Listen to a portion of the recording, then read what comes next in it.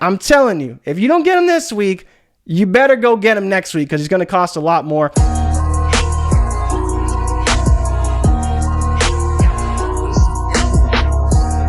What's going on, everybody? It's your boy Jay Rich, and I am here to give you waivers. Yes, week 5 is here.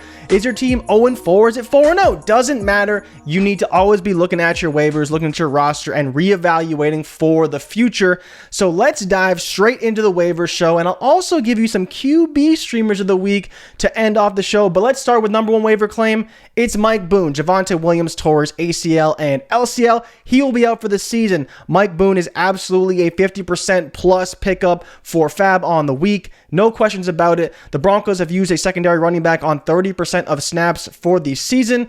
Mike Boone outsnapped Melvin Gordon 36% of the snaps to 19%. It was 19-10. So already Mike Boone is getting more work than Melvin Gordon, who leads the league in fumbles. So again, Mike Boone must add. He's going to have a role every single week on the Denver Broncos offense. While we believed it would be high-powered, not looking that way yet, but regardless, Mike Boone will have a role. And if heaven forbid he sees 50%, 60% of the carries and potentially some targets on top of that, he is a guy you're going to want to start weekly. And I think the more important part is that he has a role, assuming nothing changes, for the rest of the season. And this may be one of your only opportunities to get a guy like this. This is why you hold on to your Fab money and why you spend it all big on someone. It's a guy like Mike Boone that you have to have on your roster because he can be a difference maker down the stretch, and he will be a difference maker for the rest of the season. Go and get Mike Boone. He is a must-add. Like I said, 50% of Fab plus. If you want to go to 70%, 80%, don't spend it all, but definitely worth every dollar because he will have a role for the entire season. Next, we have to talk about the Atlanta Falcons running back room because Cordero Patterson is out. 4 weeks gone. He's missing 4 weeks guaranteed. He's on IR. After that, we'll see. Depends on his health and when he ultimately comes back. I think he will obviously work into the rotation, but as of right now, you have Tyler Algier and Caleb Huntley. Both saw 10 carries this week. Produced fairly well, both guys, honestly. Tyler Algier did do better on the ground with 84 yards on those 10 carries and caught a pass for 20 yards, while Caleb Huntley got 56 yards on the ground but did score a touchdown. The ultimate question is who's going to be the guy. I think most people will say it's going to be Tyler Algier. Tyler Algier, the 5th round pick out of BYU. I did like his college profile. I thought he could be a running back at the NFL level. A little bit slower than you like, but at the end of the day, you don't need your running back to be super fast. You just need him to get past the first level, and Tyler Algier can definitely do that. He has a 3-down skill set because he can catch passes, but at the end of the day, Caleb Huntley could 100% be the guy, and I think that's what my major takeaway is here, is if people are going to be spending all their money on Tyler Algier, go and try and sneak Caleb Huntley through the waivers on the cheap because you just never know who's going to be the guy in this offense. Both looked good against the Browns, so you don't have Myles Garrett, and you know their defense didn't look so great against Atlanta, and that offensive line is definitely improved. But the biggest takeaway here, and I hope people mention it to you if you watch other content, is the schedule. The schedule is brutal for the Atlanta Falcons. They face 2 of the top 4 run defenses in the NFL in the San Francisco 49ers and the Bengals. They also have the Buccaneers this week, which I don't love. Like, I like the Falcons, but I don't love them to beat up the Buccaneers, especially at the line of scrimmage. And then finally, that 4th week where we are guaranteed to see Algier and Huntley, they have the Panthers, who have a bottom 10 rushing defense in the NFL. So again, you have 2 awful matchups after the Buccaneers, and the Buccaneers, in my opinion, isn't the best matchup. They're only allowing 106 rush yards per game. And then finally, at the end of that stretch, you have the Panthers. So in my opinion, you know, we may see guys pick up Algier and may see guys pick up Huntley, but they may also get dropped. Like, they may not perform for the next 3 weeks, and you may have to wait until they ultimately play the Panthers. So if you want to pick them up, I think I would go after Huntley first. I think he's just the guy that you can maybe sneak through waivers. If you want to go after Algier, I just wouldn't go too heavy because, again, he could be really good,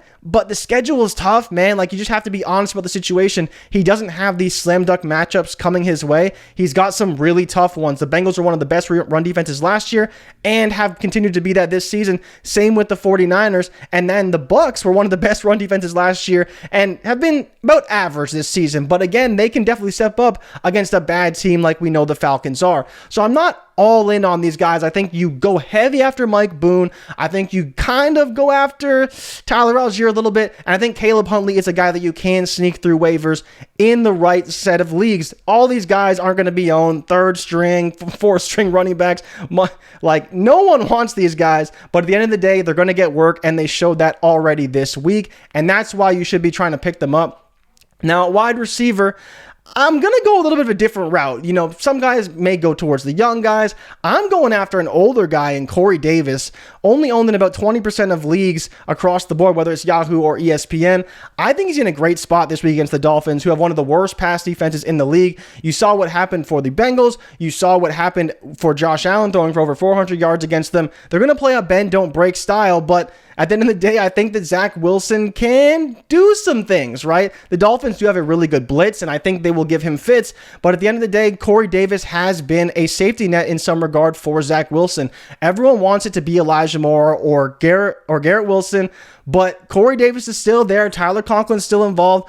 And at the end of the day, Corey Davis was the number one target on this offense this week. He was the guy that Zach Wilson turned to when he needed to make a play, and that was also the case last season. So for me, I do think that Corey Davis is a great pickup, and I do think he has a great matchup this week.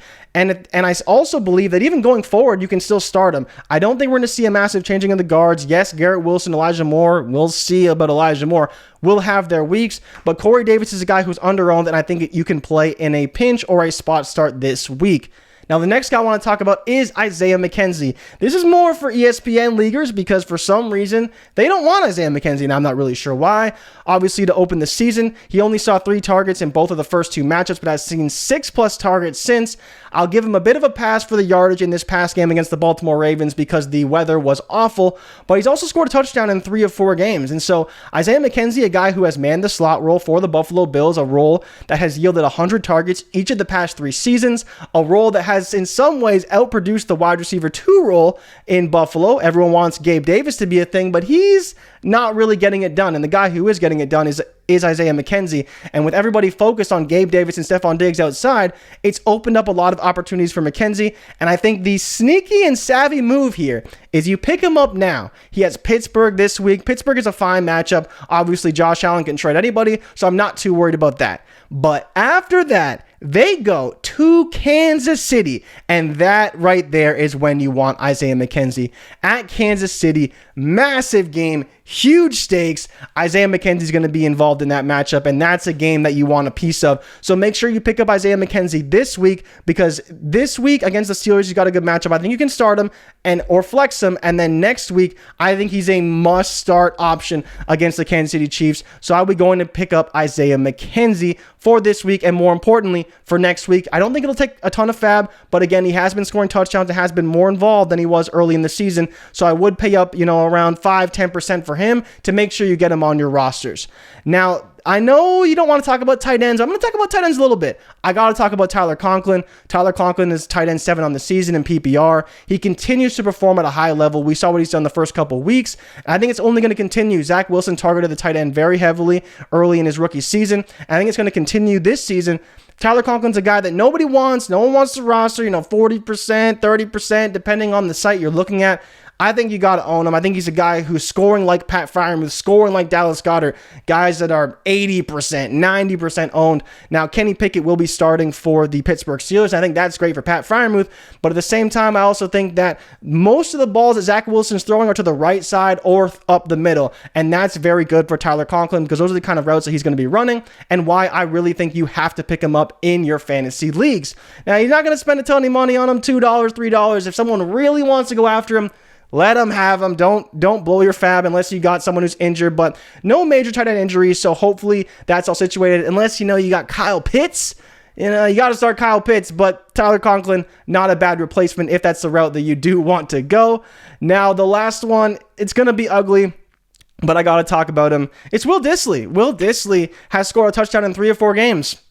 What else do you want me to say? It's ugly. He's like 2% owned in all leagues. You need a spot start. You're in a deep league. You're in dire straits, 2 tight end, or you just want a guy who has some touchdown upside. I think Gino's looking his way, and I do think he can score against this Saints defense. They got the Saints. Saints defense is pretty good outside. I think that they can take advantage inside with Will Dissly. And like I mentioned, he has been a favorite target so far of Geno Smith. Geno Smith is balling right now, playing like a very high-end quarterback, which we did not expect, outperforming Russell Wilson at that, who obviously the Seahawks traded away, and now Geno Smith is starting for the Seahawks. Seahawks have a lot of positive game scripts for the pass game because they allow a ton of points. We saw that in Detroit this week. Obviously, Will Dissly did score in that one. So I do like the touchdown upside for Dissly. I do think against the Saints, there will be vulnerabilities up the middle to some degree because they are very strong outside. And I think that Dissly is a guy that you can start in a pinch. Got to have those ugly guys sometimes. And sometimes, I think that Will Dissly is a guy that you do want to play just because you're very much out of options. Maybe you started a Cole Kmet. Maybe that's all you got. Cole Kmet was your guy. You're out of options. I think that you could do a lot worse with Will Dissly, who I believe is tight end 9 on the season. Now let's get into some QB streamers. My favorite QB streamer, I'm kind of between two right now. I have Ryan Tannehill at Washington. I just think it's a great matchup. Washington, I think people have been streaming against Washington almost every week of the season. Cooper Rush was a great stream this week against Washington. I think Tannehill is another great one. This week, it will see a lot of Derrick Henry. We know this. Derrick Henry will be heavily involved, but even still, the Washington Commanders are not good against the pass. They're bottom 10 against the pass, where they're about middle of the pack against the run, and they're bottom 5 in points allowed, 26.8 points per game. I think that's a great game skip for Tannehill. It may not be a ton of yards, but obviously there is touchdown upside there. It's kind of the same thing we saw with Cooper Rush, and I do think there's a world where he can have a good game. Top 10, top 12, we'll see. There are some pretty good matchups for quarterbacks on the slate, but I do think Tannehill can definitely get there against an awful Washington defense, and a great stream overall. The other guy I do like is Andy Dalton versus Seattle. Kind of the same story here again with Detroit. At the end of the day, man, Detroit is the team you want to stream against, but you don't really got anybody to stream against them this week because they're playing the Patriots. So we got to go down to second worst team in the league. That's Seattle. You can start Andy Dalton, I believe, against Seattle. Chris Olave should have a field day in this one. Hopefully you get Michael Thomas back. And even if you don't, I still think he's going to have a great game. He looked pretty good against Minnesota. I think he can continue that momentum. Seattle's second most passing yards allowed in the league per game, and I just think he's a great start. I think you want to play him. They're allowing a ton of points, allowing a ton of yards. Don't think it will even have to claim him on waiver day. You may can just wait till he goes through and pick him up after that. I don't think many will be going after Andy Dalton this week, but I do think there's a world where he has a great game, and I would be willing to start him if you're in dire straits. And so for me, that's kind of what I'm looking at right now. I think Tannehill and Andy Dalton are probably my two favorite streams of guys that are like under 20% owned. I could go and say Jared Goff. Jared Goff's a beast, man. If you're not picking up Jared Goff, I don't know what you're doing. But I think the lower level guys, I think Tannehill just have a lot of upside. I think that Andy Dalton does as well. So thank you guys so much for watching. This has been a quick waiver show with some explanation as to why I like some of these guys in some situations. Definitely go and spend up and get Mike Boone. I'd be careful with that Atlanta backfield because it could be split. You may pick the wrong guy, and either way, the matchups are not looking good for those running backs. But running backs are king in fantasy football, and so you have to go after them when you can. I just wouldn't blow my budget on them. I would rather spend all my money on Mike Boone than, go after Caleb Huntley or Tyler Algier just for them to not be very effective and be guys I didn't want to start anyways. And then for the wide receiver position, if you need some spot starts, not a ton of injuries there. Treylon Burks and a couple other guys, but again, not serious threats. Treylon Burks, another heavily dropped player. These are the kind of guys I'm looking for. Corey Davis and Isaiah McKenzie, especially in ESPN for Isaiah McKenzie, where he's only 20% owned. And I do think Corey Davis, who's under 20% owned, I believe on both ESPN and Yahoo, another great option for a guy who has been seeing some targets and been getting a lot of yards with some touchdown upside. And again, a favorite target of Zach Wilson, who is now starting. And they do have the Miami Dolphins, who have not been very good against the pass this year. At tight end, Tyler Conklin, and the really ugly but scoring touchdowns, Will Dissly, and then the QB streamers, Ryan Tannehill and Andy Dalton. Thank you guys so much for watching. Make sure you drop me a like and subscribe. Give me some guys, ask me some questions in the comments. If you think maybe we should pick up this guy, we can discuss in the comments, or just let me know who your favorite pickup of the week is. And again, I will see you guys next week with more waivers, maybe some more QB streamers. Let's see how we do this week, and we'll kick it off again next week with some more fun. But Isaiah McKenzie, man, I'm telling you, if you don't get him this week, you better go get him next week because he's going to cost a lot more. So make sure you get these guys, add them on your rosters. I think it'll be worth it, and I'll see you guys next week. I'm out. Peace.